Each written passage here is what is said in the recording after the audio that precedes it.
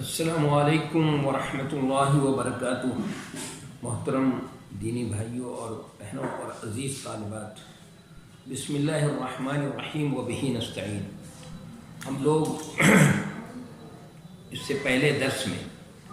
وہی امام بخاری رحمۃ اللہ علیہ نے جو ترجمۃ الباب قائم کیا ہے، باب قول المحدث حدثنا و اخبرنا و انبانا، اسی سے متعلق بات ہو رہی تھی تو وقت ہو گیا تھا تو ہم نے اس کو ترک کر دیا تھا کہ امام بخاری رحمۃ اللہ علیہ اس ترجمۃ الباب کا مقصد کیا ہے، تو بتایا تھا کہ 2-3 مقصد ان کا ہے۔ تو اس کو امام بخاری رحمۃ اللہ علیہ نے مختلف دلائل سے ثابت کیا ہے کہ محدثین کے یہاں جو تحدیث، تحمل روایت اور حدیث کے لیے جو مختلف صیغیں ہیں ان میں کوئی فرق نہیں ہوتا، اور وہ قبول اور عدم قبول کے اعتبار سے ان کے نزدیک یکساں ہے۔ یہ سب بات ہو چکی تھی۔ اس کو امام بخاری رحمۃ اللہ علیہ نے مختلف دلیلوں سے ثابت کیا ہے۔ تو آخری دلیل اس سلسلے میں رہ گئی تھی، اس میں حضرت ابو عبداللہ ابن عمر رضی اللہ تعالیٰ عنہ کی حدیث ہے، جو حدیث ابھی اس ترجمۃ الباب کے بعد بھی دوسرا ترجمۃ الباب ہے، اس میں بھی حدیث آئے گی، تو میں اس موقع پر اس کی تشریح کروں گا اور کہ کیا مقصد ہے۔ نبی علیہ الصلوۃ والسلام نے اس میں جو ایک اپنے پہلی بھائی ہے اور ایک سوال کیا ہے، اور مسلمان کو ایک کھجور کے درخت سے تشبیہ دیا ہے، تو اس تشبیہ میں اسے کیا سمجھانا چاہتے ہیں آپ صلی اللہ علیہ وسلم اپنی امت کو، کیا ہدایات اور کیا تعلیمات دینا چاہتے ہیں، اس کی وضاحت اس ترجمۃ الباب کے بعد جو حدیث آئے گی، یہی حدیث آئے گی، دوسرے طریق سے امام بخاری رحمۃ اللہ علیہ نے اس کو نقل کیا ہے، وہاں پر اس کی بات ہوگی انشاءاللہ۔ تو پہلے اس کو یہاں پر سمجھ لیتے ہیں کہ امام بخاری رحمۃ اللہ علیہ یہاں پر کیا سمجھانا چاہتے ہیں۔ تو اس حدیث کو انہوں نے نقل کیا ہے کہ عبداللہ ابن عمر رضی اللہ تعالیٰ عنہما نے فرمایا کہ رسول اللہ صلی اللہ علیہ وسلم نے فرمایا ہے موقع پر کہ ایک درخت ہے جو سدا بہار ہوتا ہے، لا يسقط ورقها، اور دوسری روایت میں ہے کہ لا ينقطع نفعها، اس کا نفع منقطع نہیں ہوتا ہے، اس کا نفع بھی ہمیشہ رہتا ہے۔ یہ بھی نبی صلی اللہ علیہ وسلم نے فرمایا، اور وہ مسلمان کی طرح ہے۔ تو مجھے بتاؤ کہ وہ کون سا درخت ہے؟ تو عبداللہ ابن عمر رضی اللہ تعالیٰ عنہ کہتے ہیں کہ لوگوں کا ذہن جو ہے درخت، جنگل کے درختوں کے سلسلے میں گیا کہ جنگل کا کوئی درخت ہو سکتا ہے۔ عبداللہ ابن عمر کہتے ہیں کہ میں سمجھ گیا، لیکن چونکہ 10 لوگ تھے اور ان میں سب سے میں کم عمر تھا، میرے والد محترم بھی تھے، حضرت ابوبکر صدیق رضی اللہ تعالیٰ عنہ بھی تھے، تو اس لیے میں خاموش رہا کہ کہیں چھوٹا منہ بڑی بات نہ ہو جائے، اس لیے میں خاموش رہا۔ تو صحابہ کرام نے پوچھا کہ اللہ کے رسول آپ بتائیے کہ وہ کون سا درخت ہے؟ تو آپ نے فرمایا کہ وہ کھجور کا درخت ہے۔ تو اس سے امام بخاری رحمۃ اللہ علیہ کا جو مدعا ہے بظاہر تو یہ ثابت نہیں ہو رہا ہے، کیونکہ امام بخاری رحمۃ اللہ علیہ نزدیک حدثنا، اخبرنا، انبانا مترادف کلمات ہیں۔ اپنے اس دعوے کو ثابت کرنے کے لیے انہوں نے یہ حدیث نقل کی ہے اور پیش کی ہے انہوں نے، لیکن جو اس حدیث ہے اس میں تو بظاہر ان کا مدعا تو ثابت ہوتا نظر نہیں آ رہا ہے۔ تو اگر صحیح معنوں میں غور کیا جائے اور کسی نے امام بخاری کی اس کتاب کو غور سے پڑھا ہوگا، تو جس نے بھی پڑھا ہوگا وہ سمجھ جائے گا کہ امام بخاری رحمۃ اللہ علیہ اس بات کو وہ اپنی کتاب میں مختلف جگہ پر اس روایت کو انہوں نے جو بیان کیا ہے اس کو جمع کیا جائے تو دیکھ کر سمجھا جا سکتا ہے کہ وہ امام بخاری کا جو مدعا ہے وہ ثابت ہو جائے گا۔ تو اس طرح کرتے ہیں، وہ کہیں پر مختصر بات کہتے ہیں اور ترجمۃ الباب قائم کر کے اشارہ کرتے ہیں، وہ جو اپنی کتاب میں انہوں نے تفصیل سے کہیں پر بیان کیا ہے، یا کہیں اس پوری کتاب کسی شخص کی نظر میں پوری کتاب ہے تو وہ فوراً سمجھ جائے گا کہ یہ بتانا چاہتے ہیں امام بخاری رحمۃ اللہ علیہ۔ تو اگر جس کسی کی نظر میں بھی پوری کتاب ہوگی، ان کی اور اس کتاب کو اس نے پڑھا ہوگا، دقت نظر سے پڑھا ہوگا اور بڑی گہرائی و گہرائی سے پڑھا ہوگا تو وہ فوراً سمجھ جائے گا۔ دیکھیے تو امام بخاری رحمۃ اللہ علیہ بظاہر یہ مدعا نہیں سمجھ پا رہا ہے، لیکن چنانچہ یہ اس کا استدلال اس طرح سے کریں گے اس حدیث سے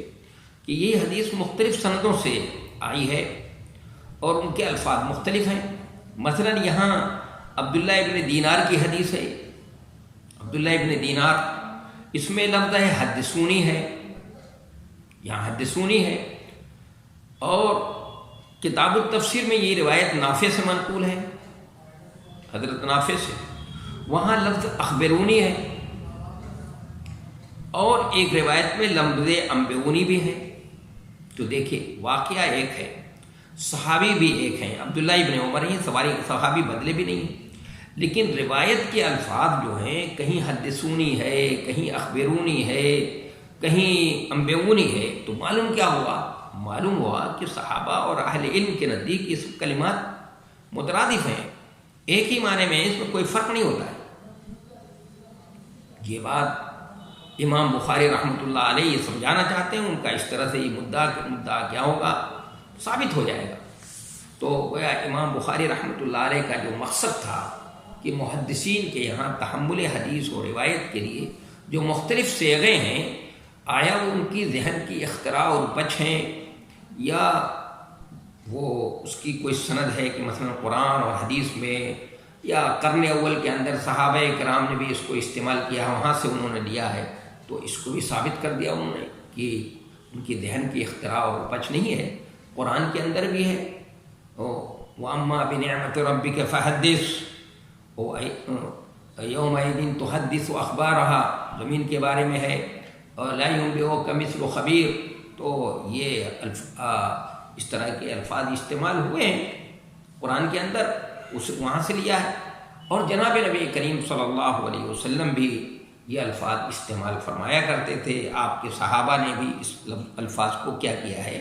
استعمال کیا ہے۔ تو یعنی محدثین کے ذہن کی اختراع اور پچ نہیں ہے،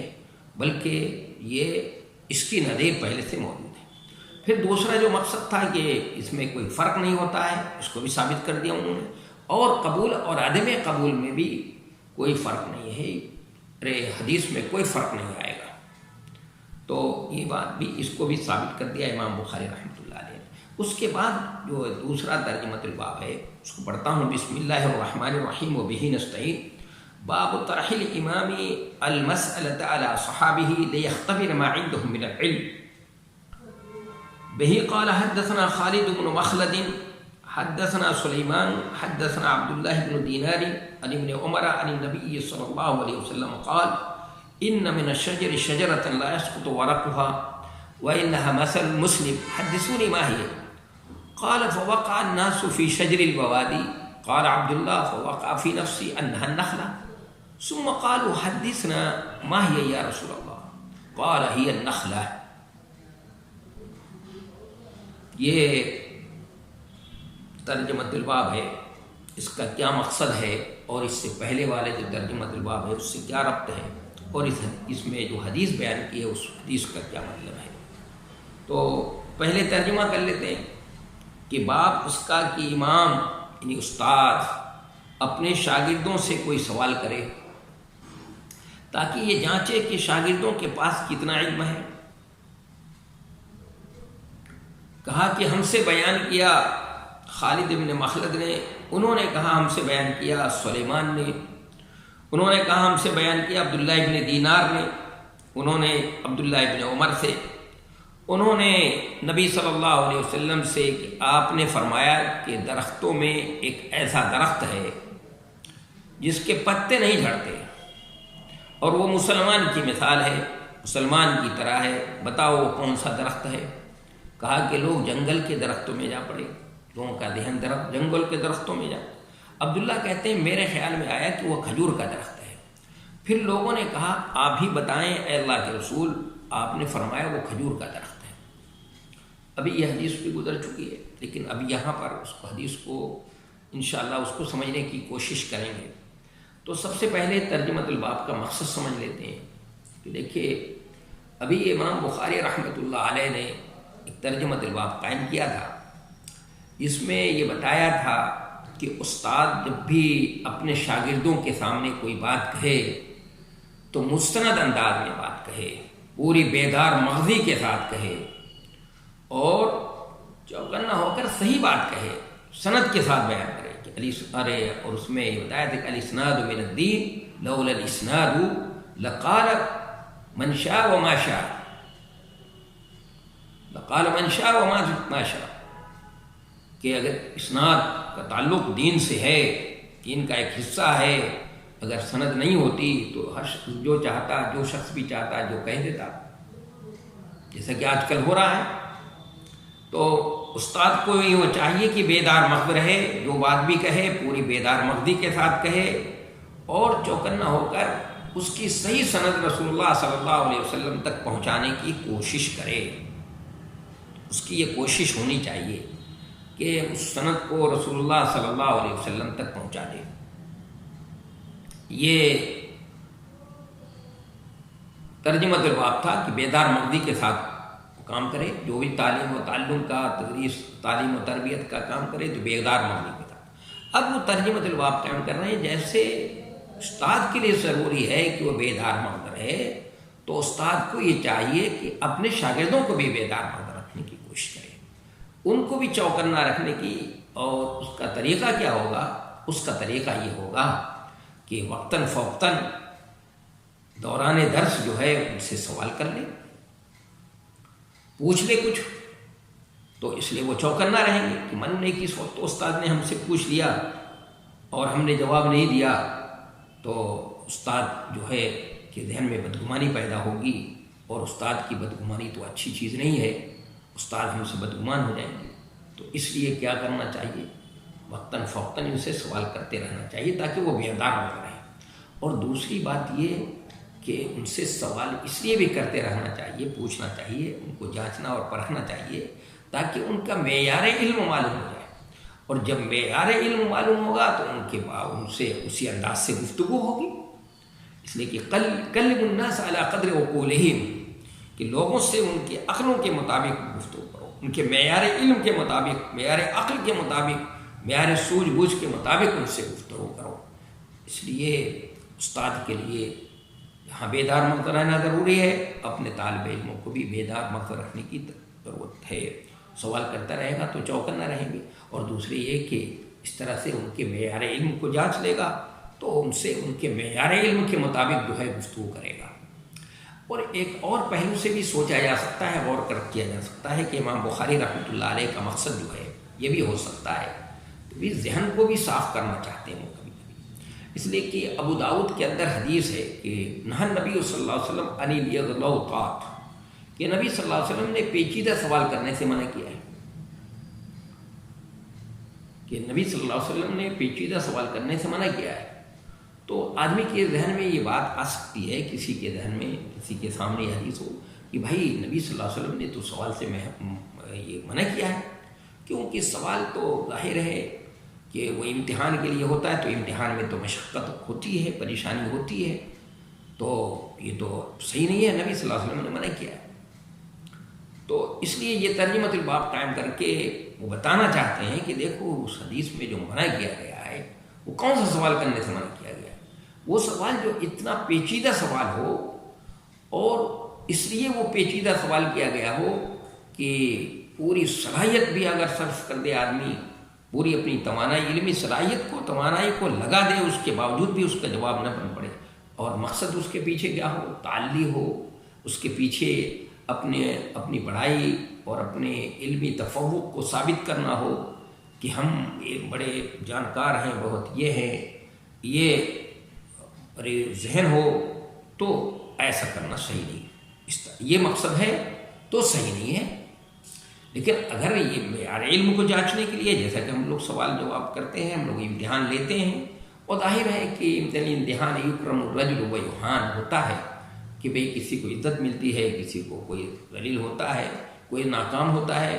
تو ذلیل ہوتا ہے، کوئی بہت اعلیٰ نمبر سے پاس ہوتا ہے تو اس کی بڑی عزت ہوتی ہے، وہ ٹھیک ہے، لیکن سوال پیچیدہ نہیں ہونا چاہیے، ایسا ہونا چاہیے کہ کچھ عطا پتہ ہو، کچھ اشارے کنائے ہوں اسی سوال کے اندر، جس سے وہ جو طالب علم ہے جس سے سوال کیا جا رہا ہے، مخاطب ہے، اس پر سوال جواب سمجھ جائے۔ ایسا سوال نہیں ہونا چاہیے کہ پوری اپنی توانائی لگا دے، پوری اپنی علمی صلاحیت لگا دے، پھر بھی جواب نہ بن پڑے۔ تو ایسا سوال کرنا جو ہے وہ صحیح نہیں ہے، اس سے منع کیا ہے نبی صلی اللہ علیہ وسلم۔ اور اپنے کبر اور غرور کی بنیاد پر ہو، یا تعلی اپنا تفوق ثابت، علمی تفوق ثابت کرنے کے لیے ہو، تو بالکل کسی طرح قطعاً جائز نہیں ہے، بالکل صحیح نہیں ہے۔ تو یہ مقصد ہے امام بخاری رحمۃ اللہ علیہ، گویا یہ بھی مقصد ہو سکتا ہے، ذہن صاف کرنا بھی ہے، بتانا بھی ہے کہ اس سے یہ نہ سمجھے کوئی آدمی کہ سوال کرنا مطلقاً جو ہے وہ صحیح نہیں ہے، نہیں ہے، سوال کرنا جائز ہے اور صحیح ہے، اور اس کی نظیر بھی پیش کریں گے۔ انہوں نے نظیر بھی پیش کی حدیث سے، تو کہ نبی صلی اللہ علیہ وسلم نے سوال کیا ہے، اپنے صحابہ کرام سے سوال کرتے تھے، آپ ان کو سوال پر ابھارنے کے لیے یہ کہتے تھے، اور اس لیے کہ سوال تو کہ شفاء العی السوال، شفاء العی السوال، جہالت کا علاج جو ہے وہ کیا ہے؟ سوال ہے۔ تو اس لیے آپ صحابہ کرام نہیں کرتے تھے، تو صحابہ کرام کو سوال پر ابھارتے تھے آپ، تو آپ صلی اللہ علیہ وسلم آپ نے پوچھا اتدرون من المفلس، کیا تم جانتے ہو مفلس کون ہے؟ تو صحابہ کرام نے کہا المفلس فینا من لا درہم لہ ولا دینار، اور بھی مختلف نظیریں موجود ہیں، یہاں پر خود موجود ہے ہمارے پاس نظیر، کہ نبی صلی اللہ علیہ وسلم نے ان کو پہلی بجھائی ہے۔ وہ پہلی حدیث کی پہلی کیا ہے؟ پہلی یہ ہے کہ نبی علیہ الصلوۃ والسلام نے پوچھا کہ بتاؤ بھائی، ایک درخت ہے بڑا سدا بہار، وہ سدا بہار درخت ہے، اس کا پتا نہیں جھڑتا ہے اور اس کا نفع بھی کبھی ختم نہیں ہوتا، لا ينقطع نفعها بھی ہے بعض روایتوں میں۔ تو بتاؤ وہ کون سا درخت؟ وہ مسلمان کی طرح بالکل ہوتا ہے، مسلمان کی طرح ہوتا ہے، بتاؤ کون سا درخت ہے؟ تو عبداللہ کہتے ہیں، عبداللہ ابن عمر کے لوگوں کا ذہن جو ہے وہ جنگل کے کسی درختوں کے سلسلے میں گیا کہ جنگل کا کوئی درخت ہو سکتا ہے۔ حالانکہ نبی صلی اللہ علیہ وسلم چنار آپ کے پاس لائے گئے تھے، چنار کھا رہے تھے، بیمار، اس کو جو کھجور کے گٹھلی کے اوپر سفید ہوتا ہے اس کو چنار کہتے ہیں، اس کا کھانا جائز ہے، تو وہ کھا رہے تھے آپ، اور آپ سوال کر رہے ہیں، گچھا آیا ہے وہ کھا رہے ہیں اور سوال کر رہے تھے، گویا اشارہ بھی کر رہے ہیں، پتہ بھی دے رہے ہیں۔ تو عبداللہ سمجھ گئے، فوراً عبداللہ سمجھ گئے۔ اس سے آگے امام بخاری رحمۃ اللہ علیہ اور بھی باتیں اس سے ثابت کریں گے، اور باب فضل العلم کو بھی ثابت کریں گے، وہ باب فضل الفہم، باب فضل الفہم فی العلم، اس کو بھی ثابت کریں گے، وہ اس میں بیان کریں گے۔ پھر کتاب العلم کے آخر میں بھی دوبارہ بیان کریں گے امام بخاری رحمۃ اللہ علیہ۔ تو کئی جگہ اس حدیث کو بیان کیا ہے امام بخاری رحمۃ اللہ علیہ نے، یہاں بھی دوبارہ بیان کیا ہے، لیکن وہاں دوسری سند تھی، وہاں قتیبہ تھے، حضرت قتیبہ اب ان کے استاد، اب یہاں پہ خالد بن مخلد ہیں ان کے استاد، دوسری سند سے بیان کیا ہے، تو ایک سند سے نہیں بیان کیا ہے انہوں نے، دوسری سند سے۔ تو کہتے ہیں کہ نبی صلی اللہ علیہ وسلم نے یہ سوال کی تو عبداللہ سمجھ گئے کہ وہ کھجور کا درخت ہے، لیکن لوگوں کا ذہن جنگل کے درختوں کے سلسلے میں گیا، تو یہ خاموش رہے۔ کیوں خاموش رہے؟ اس لیے کہ 10 لوگ تھے، بڑے بڑے لوگ ہیں، ان سے عمر میں بہت زیادہ ہیں، یہ کم سن ہے سب سے، اس لیے کہ کہیں چھوٹا منہ بڑی بات نہ ہو جائے، اس لیے خاموش رہے۔ تو لوگوں نے پوچھا کہ اللہ کے رسول آپ بھی بتا دیجیے کون سا درخت ہے، تو آپ نے فرمایا کہ وہ کھجور کا درخت ہے۔ تو دیکھیے یہ نبی صلی اللہ علیہ وسلم کی حدیث ہے، اس حدیث میں مومن کو کھجور کے درخت سے تشبیہ دی ہے نبی صلی اللہ علیہ وسلم نے، اور ظاہر ہے تشبیہ کا مقصد ہے، تو تشبیہ کا مقصد مومن کی خیر و برکت اور اس کی نفع رسانی کو بتانا ہے، یہ بتانا چاہتے ہیں آپ۔ یعنی جس طرح کھجور کی برکت خوشا آنے سے لے کر کھجور کے پکنے اور سوکھنے تک برابر جاری رہتی ہے، بلکہ کھجور کے درخت، اس کے تنے، شاخ، چھال اور پتا وغیرہ سے بھی فائدہ اٹھایا جاتا ہے، کھجور کا درخت اور اس کا پھل تو ہر مرحلے میں فائدہ مند ہوتا ہے۔ آپ جانتے ہیں آج کے میڈیکل سائنس نے تو یہ بھی کہہ دیا ہے کہ کھجور میں جو ہے کے اندر وہ وٹامنیں پائی جاتی ہیں جو انسانی جسم کو، جو ساری وٹامنیں پائی جاتی ہیں، ساری وٹامنیں پائی جاتی ہیں جو انسانی جسم کو جن کی ضرورت ہوتی ہے، تو اس سے عمدہ تو کوئی پھل ہی نہیں ہے۔ اور یہ پھل تو سب سے تقریباً 100 قسمیں ہیں اس کی، اور سب سے عمدہ کھجور جو ہے وہ اجوا کھجور مانی جاتی ہے۔ تو آپ صلی اللہ علیہ وسلم فرما رہے ہیں کہ ہر مرحلے میں یہ فائدہ مند ہے۔ تو اسی طرح مومن کی زندگی کا ایک ایک لمحہ نفع بخش ہوتا ہے، یہاں تک کہ مرنے کے بعد بھی اس کی خدمات سے فائدہ اٹھایا جاتا ہے۔ اپنے علمی جو خدمات اس نے انجام دی ہیں، جو کتابیں چھوڑ کر گیا اپنے پیچھے، لوگ اس سے فائدہ اٹھاتے رہتے ہیں۔ لہذا ہر مومن کو اپنی ذات اور اپنے قول و فعل سے اللہ کی ہر مخلوق، انسان ہو، جانور ہو، مومن، کافر و مشرک، سب کو فائدہ پہنچانا چاہیے اور ضرر رسانی سے بچنا چاہیے۔ گویا جس طرح کھجور سے اللہ کی مخلوق فائدہ اٹھاتی ہے، اسی طرح مومن کے وجود سے بھی اللہ کے ہر مخلوق کو فائدہ پہنچنا چاہیے۔ تو گویا نبی علیہ الصلوۃ والسلام نے یہاں پر کھجور کے درخت کو مومن سے تشبیہ دے کر کے، مومن بالکل اسی کھجور کے درخت کی طرح ہوتا ہے، تشبیہ دی ہے۔ وجہ شبہ کیا ہے؟ لا يسقط ورقها ولا ينقطع رفعها، کہ وہ سدا بہار درخت ہوتا ہے، اس کا کبھی پتہ نہیں جھڑتا ہے، سدا بہار درخت ہے، پتہ نہیں جھڑتا اس کا نفع بھی کبھی ختم نہیں ہوتا ہے۔ اسی طرح مومن کو بھی ہونا چاہیے، یہ بتانا چاہتے ہیں آپ، یہ وجہ شبہ ہے۔ تو گویا یہ آپ بتا رہے ہیں کہ جس طرح کھجور کا تنا مستقیم القامہ ہوتا ہے، سیدھا ہوتا ہے، اسی طرح مومن بھی سیدھا ہوتا ہے، مستقیم القامہ۔ اور جسے کھجور کا تنا ہے، اس کے پہ سرد ہوائیں چلیں، گرم ہوائیں چلیں، ٹھنڈی ہوا چلے، آندھی طوفان آئے، اس کا پتا جو ہے اسی طرح رہتا ہے، نہیں جھڑتا ہے، اور اس کا نفع بھی ہمیشہ، اس کا نفع بھی کبھی ختم نہیں ہوتا ہے۔ اس کی ہر چیز مفید، اس کی ایک ایک چیز مفید، ہر مرحلے میں وہ مفید اور کارآمد ہے، جیسا کہ میں نے ابھی بتایا۔ تو اس کا پھل تو نہایت ہی مفید ہے انسان کے لیے، انسان کے جسم کے لیے۔ وہ سارے وٹامنیں اس کے اندر ہیں جو وٹامن انسان کے جسم کو ضرورت ہے۔ تو آپ صلی اللہ علیہ وسلم یہ فرما رہے ہیں کہ مومن کا معاملہ بھی ہے، ایسی مستقیم القامت رہتا ہے، چاہے ٹھنڈی ہوائیں چلیں، گرم ہوائیں چلیں، حالات مشکل سے مشکل حالات ہوں، اچھے حالات ہوں، کس طرح کے بھی حالات ہوں، ان سبھی حالات میں وہ کیا رہتا ہے؟ اپنے اس پر ڈٹا رہتا ہے۔ صبر اور شکر کی، مثلا اگر مصیبت ہے، تکلیف ہے، پریشانی ہے، تو اس میں صبر کرتا ہے، وہ سمجھتا ہے،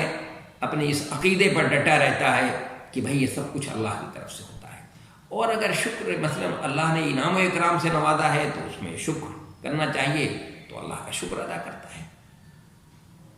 مومن جو ہے وہ اللہ کا شکر ادا کرتا ہے، اس حالت میں مستقیم القامت رہتا ہے، اور اسی طرح وہ بھی ہر مرحلے میں نفع بخش ہے، زندگی میں بھی نفع پہنچاتا ہے، اور مرنے کے بعد بھی اس کے خدمات سے لوگوں کو فائدہ پہنچتا رہتا ہے۔ تو اس لیے مومن کو اللہ کے ہر مخلوق کو، چاہے وہ جاندار ہو، غیر جاندار، انسان ہو، جانور ہو، کافر ہو، مسلمان ہو، مشرک ہو، سب کو جو ہے کیا کرنا چاہیے؟ نفع پہنچانا چاہیے، ضرر رسانی سے بچنا چاہیے۔ اور اس لیے خیرکم من ینفع الناس، سب سے بہتر وہ ہے جو تم میں سے، سب سے بہتر وہ ہے جو نفع پہنچائے۔ ایک وجہ شبہ یہ ہے، کچھ لوگوں نے وجہ شبہ یہ بتایا ہے کہ وجہ شبہ جو ہے اس آیت سے مستنبط، یہ تو حدیث کے الفاظ سے لوگوں نے وجہ شبہ لیا ہے۔ کچھ لوگوں نے کہا کہ اس موقع پر نبی صلی اللہ علیہ وسلم یہ حدیث پڑھ رہے، یہ آیت پڑھ رہے تھے، مثل کلمۃ طیبۃ کشجرۃ طیبہ اصلها ثابت وفرعها فی السماء، یہ آیت پڑھ رہے تھے۔ تو اس آیت سے کچھ لوگوں نے وجہ شبہ مستنبط کیا ہے، ضرورت کیا ہے تو میں یہ بھی بتا دیتا ہوں کہ اور بھی بہت سی باتیں لوگوں نے وجہ شبہ بتائی ہے کہ یہ بھی وجہ شبہ ہو سکتی ہے، یہ بھی ہو سکتی ہے، لیکن میں آپ کو ایک وجہ شبہ تو حدیث سے یہ سمجھ میں آئی، اور دوسری وجہ شبہ جو ہے وہ قرآن کی اس آیت سے، کہ جیسے کھجور کا تنا ہے، اس کی جڑیں بہت اندر کو ہوتی ہیں، اس کو اگر کوئی چھوٹا سا بھی تنا ہے کھجور کا، کوئی اکھاڑنا چاہے تو اس کو اکھاڑ نہیں سکتا ہے، چھوٹا سا تنا بھی ہے تو کوئی بڑے سے بڑا پہلوان بھی اس کو اکھاڑ نہیں سکتا، کیوں؟ اس لیے کہ اس کی جڑیں اندر کو لیے ہوتی ہیں۔ اسی طرح آپ فرما رہے ہیں کہ ایمان کا معاملہ بھی یہی ہے کہ ایمان جب دل کے اندر راسخ ہو جاتا ہے، رچ بس جاتا ہے، اس کی بشاشت دل کے اندر داخل ہو جاتی ہے اور وہ رچ بس جاتی ہے، تو پھر وہ نکلتا نہیں، ایمان جو ہے وہ پھر نکلتا نہیں ہے۔ جیسے آپ دیکھ لیجئے فرعون کے جادوگر ابھی آئے تھے تو چند لمحے پہلے فرعون سے کیا کہہ رہے تھے کہ بھائی اگر موسیٰ علیہ السلام کے مقابلے میں ہم کامیاب ہو گئے تو ہمیں کیا انعام ملے گا؟